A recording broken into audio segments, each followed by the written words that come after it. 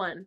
Hey everyone, welcome back to my channel. Today we are going to be making a tufting frame. Yeah, a tufting frame. I have this big one that we actually made, and I need a 3x3. I just need one. It needs to be acquired. When you have a big frame like this, it takes forever to fill it and finish everything. And I would just like to have a small frame to do like quick little things. Oh, we did already go to Lowe's and we got all the things. So here is that first. That's insane energy. No.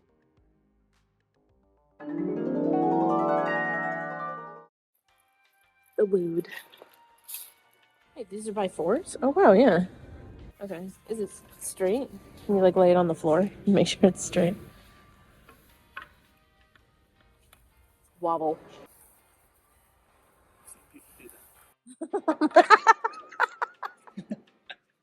Seen people do that. Did it work? I think so. I mean, it looked straight to you when you did that? Yeah, well, it felt straight. Oh, okay. My test was the better indicator. That's stinky. Or would it be smarter to get like a really long one and have them cut that? It might be better. You have a yarn fuzzy in your beard. It doesn't have to be like perfect because we're going to screw it together. That's true. I just didn't want it to be like, you know, some of these that they throw in a pile are really crazy. But I also imagine like cutting it is going to reduce the wobble since it's so long. True. Right now. You're seeing the wobble a lot more. That is the scientificness of wobble. Yeah, exactly. People don't know about wobble science. Yeah, exactly. I'm a wobble.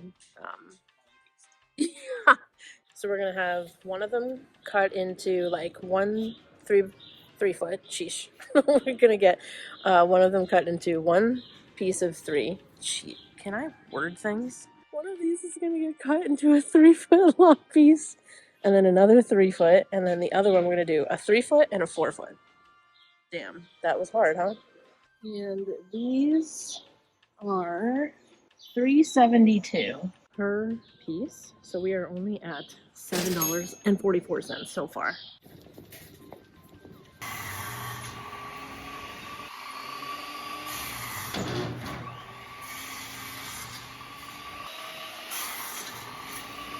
I don't know. It's like these were necessary when we did my big frame. I don't know if they're necessary for the small frame because when you buy like a kit for a small frame, it doesn't come with these. Wait, where does it say how big they are? I'm dumb. How much were they? $6.98. Nice.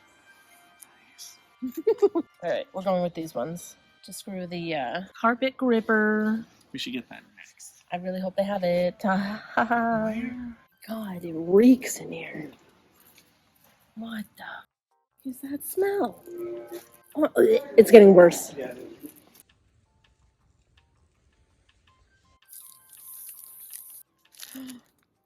Oh, cool. This one has like a peel and stick. That's kind of cool. I mean, I wouldn't recommend that for like just that and no screws, but space in 1 inch. So like only one little. Just gonna take them apart, okay? I'm probably gonna end up buying them, so they're already mine. No stabby. So if we do one kind of like up. So they both hang off just a tiny bit. So we would need 8 overall, and they're in packs of 3, so we need 3 packs. Okay, math confirmed. We were at $33.34. Look at this. Wait a damn minute. It's so tiny. Okay, so anyways, last thing I need are these clamps. C-clamp, that's what they're called. So I think we may end up ordering online just because of the specific size that I need, and I can show you guys more later once we're in my studio. But if you're working with just like a regular table, I don't think you'll need to get anything crazy. I think like what these would work. So $6.48 isn't bad. I think these would be fine. These still feel like so much, and the ones that I used to have were smaller, less ridiculous. These feel a little ridiculous.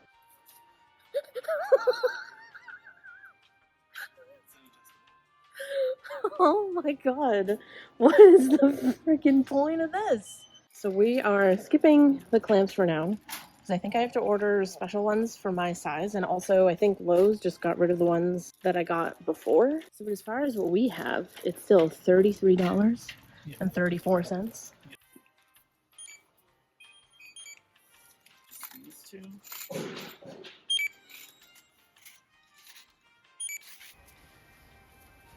I'm just saying, it smells like hot dogs out here.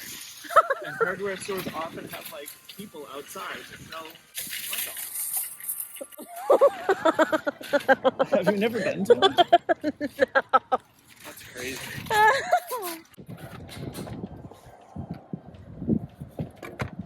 Just been filming you doing all the things. Yep. Here, I'll grab these. Oh, thank you. Yep, no problem. Welcome back. Now we're in my studio, and here's the spot that I've picked out. I need to put it on a desk because for the small frames, I mean, you can build it where there's legs. But I literally have no floor space. I have zero floor space. So I am going to be clamping it to a desk. So I have enormo clamps. Do you have anything you want to add? Enormo clamps.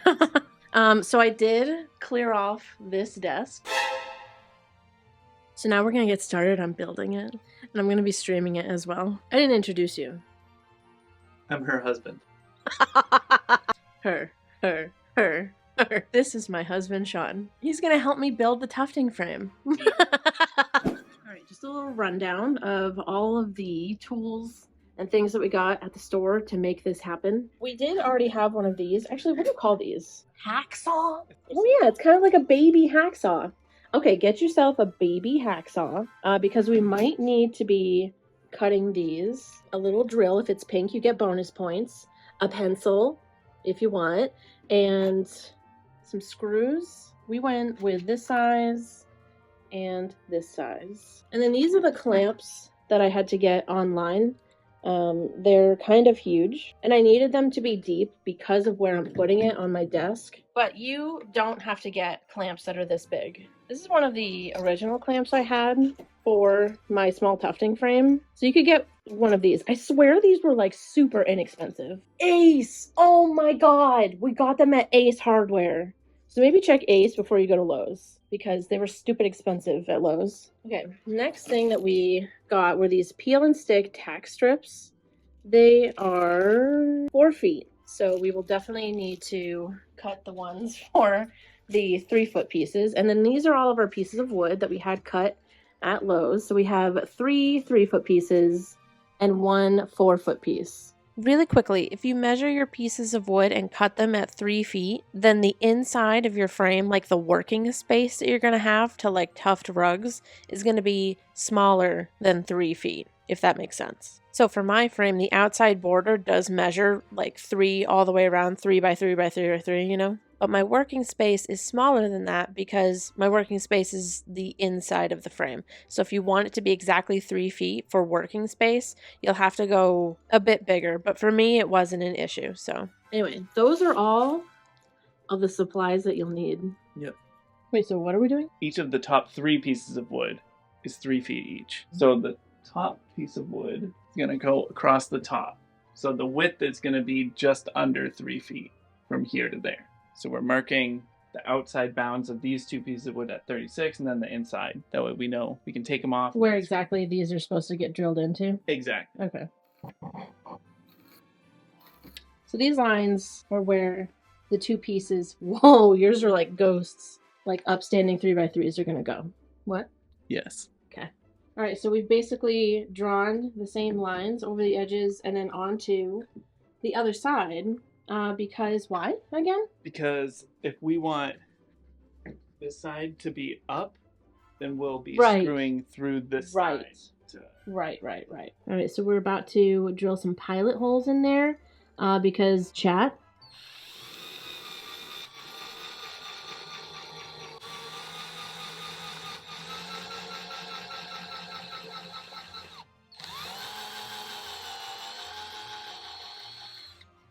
Nice.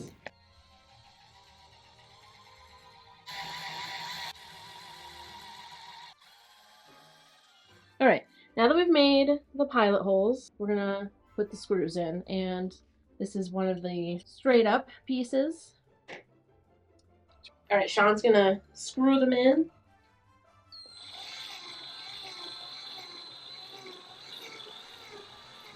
What do the drill numbers mean? It was on 1? Yes.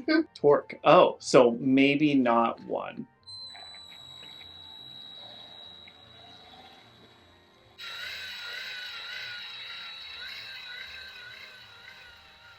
I believe in you. That look good? Uh-huh. Pilot hole away. Hole, hole, hole. The stream is too suggestive. Oh no. Yeah. Yup. Little tip when you're doing things of this sort. But we screwed this first piece of wood on like across a table, and now there's, let's see if I can show it to you. You can see it. See it with your eye. Yes, yep. You see it. There it is. So there's a gap, and there isn't one on the other side because Sean was able to like press down, and apparently pressure is everything. Pressure is everything. That's what I always say. Really? Yeah. Yeah. You always say that? Yep. Oh my God. Today about, you know, my strategy or technique. Yeah, no, we planned to do it this way the whole time. Exactly. And nobody in chat gave us tips. Oh, so, yeah, I took that one out. Okay. Whoa, whoa, whoa. Whoa, whoa. Whoa. Whoa. Whoa. What's going on here?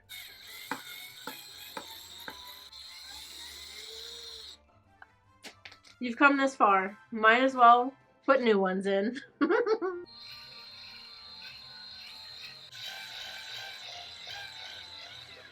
Yay! Thank you. Look at that non-existent gap, y'all. Definitely not crooked at all. What does crooked mean? Yeah, no. We've never seen that. We'll never see it because we do perfect things.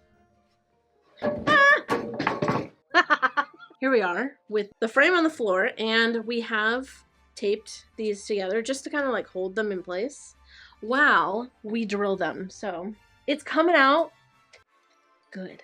It's happening. So we have 3x3, 3x3, 3x3, 4. Wait, 3x3? No, 3 foot, 3 foot, 3 foot, 4 foot.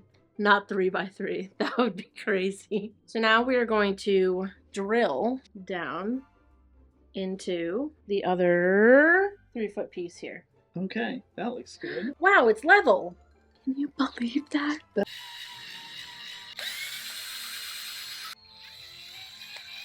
Beautiful.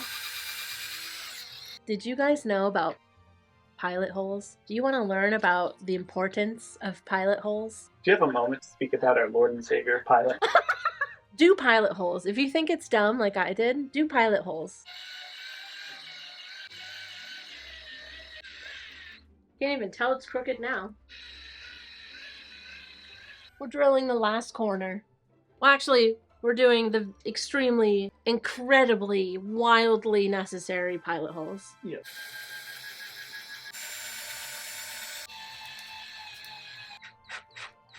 Last screw! Yup. It's all screwed together now. Back away from the frame, sir. Wow, that looks perfect. Okay, the next step is we are going to take our peel and stick tack strips. This, once again, is what they look like. Please look at them. Feast your eyes.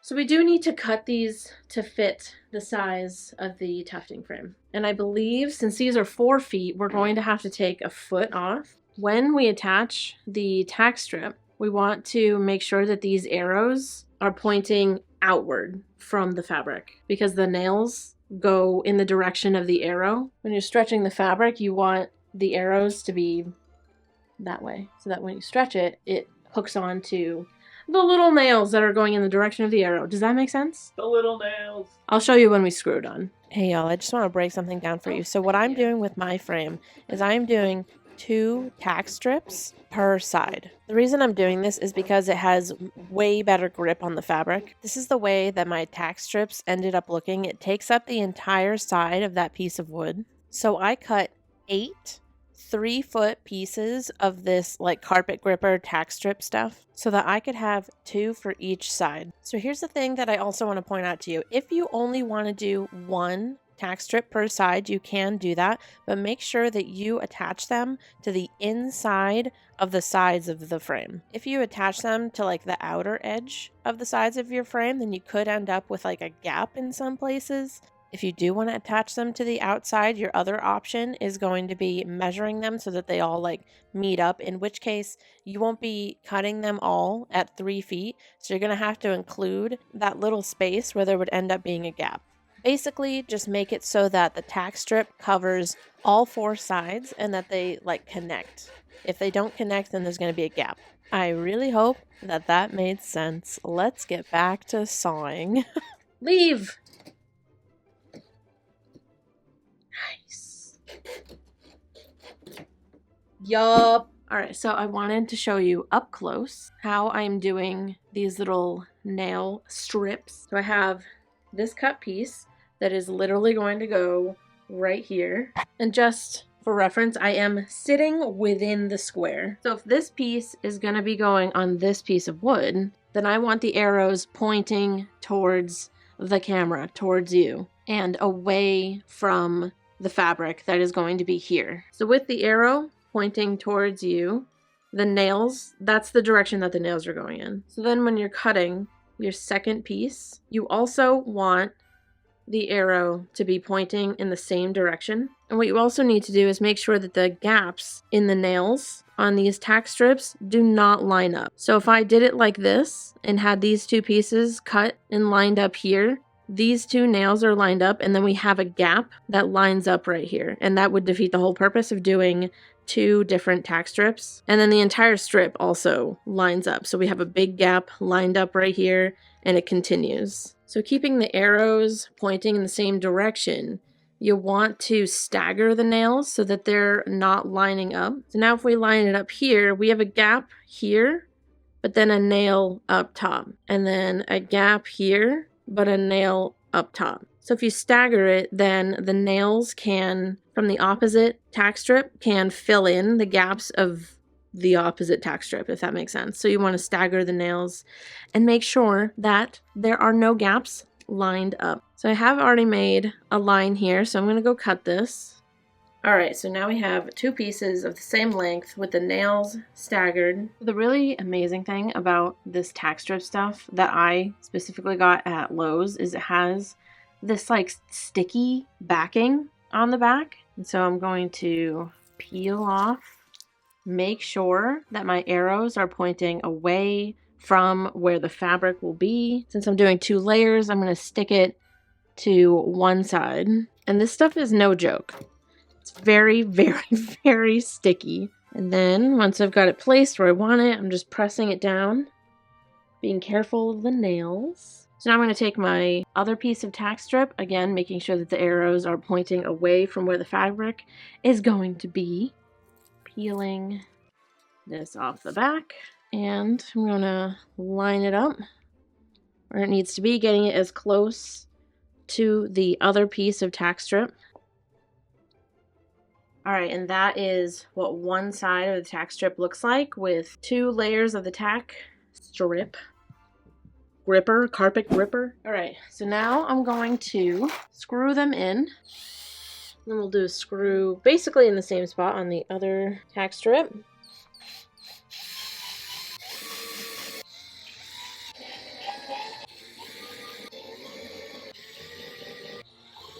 And there is one side all screwed in. I did end up just like staggering them. So I didn't feel like the screws needed to be like so on top of each other. But I definitely did do some screws on the ends, and then from there I kind of... And now they are fully attached, not going anywhere. Okay, as it is right now, it's kind of a death trap. Alright, I'm gonna clamp this end. Good now. Make sure your clamps can go around your desk edge and your 2x4s. All right, here it is in all of its perfect glory. Yes, there are some things that are a little bit janky. Well, really, it's just one piece of wood that's like, does it matter? No. All right, so now I want to get some fabric on here. Oh my god, I'm so excited to have a small frame again. Something I actually forgot to point out is when you are clamping it to your table, make sure that this bottom tack strip is hanging over the edge of your desk like this. Because if the tack strip is over on your desk and the desk is kind of sticking out, it's going to get in the way of you trying to hook your fabric on these little nails. And so now when you pull the fabric, it's going to hook on to the nails. But if the desk were in the way, then this wouldn't be able to happen, or it would just be very difficult. All right, y'all, the reveal of my DIY small tufting frame. Ta-da! And I actually already made something on it, so I can confirm already in this video that everything we did in this video created a functioning tufting frame. One last thing that I forgot to mention was the cost of materials stayed at $33.34. If I add on the price of the 2 clamps that I got, it came to $51 and some change. I already forgot. But the cost of the materials to build the frame was $33.34. Here, I can take this off for you so we can look at it. So here it is in all of its beautiful, spiky, kind of dangerous glory. Like I said earlier in the video, I do have 2 tack strips per side.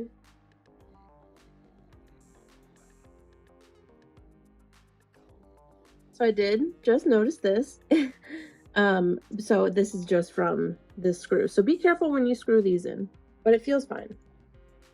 Like it feels like it's not going to go anywhere. So something I feel like I didn't explain in the making of this is my particular setup. So the desk that I'm working with has this like shelf thing. So I did have to move like the entire square over. So you could, so like I have more of this bottom piece of wood on this side than this side. You don't have to do that. You can center it if you want to. But if you do have a situation that's kind of like this, you can sort of like customize where the like square is on this bottom piece of wood. But yeah, you don't have to do it the exact same way that I did. So even with this frame being like a smaller tufting frame rather than my big giant tufting frame over here, I would recommend doing 2 tack strips. It's just nice. Being able to stagger like those little nails. Highly recommend. And I think at some point I'm going to redo the tack strip on my big frame to do it like this because it needs it. Anyway, y'all, I hope that this video helped you. Let me know if you actually do make a tufting frame after watching this video. Thank y'all so much for watching this one. I hope that you enjoyed it and that it helped you out. You can follow me in all of these places. It is usually at Artsymadwoman besides Twitch and Tumblr, which is the Artsymadwoman. I do stream every Monday, Wednesday, Friday at 2 p.m. Eastern over on Twitch. I do tufting and carving, and that's what I do. That's about it. But it's fun and it's goofy, so if you're interested, the link for that will be down in the description, along with the links to literally everything else, including my website, which I do still have some rugs available. I have 2 rugs available and 2 wrist rests, both being the slime ones. So if you're interested in any of my fiber objects that I've made, the link for that is down in the description. I love y'all to absolute death, and I'll see you guys in the next video. Goodbye.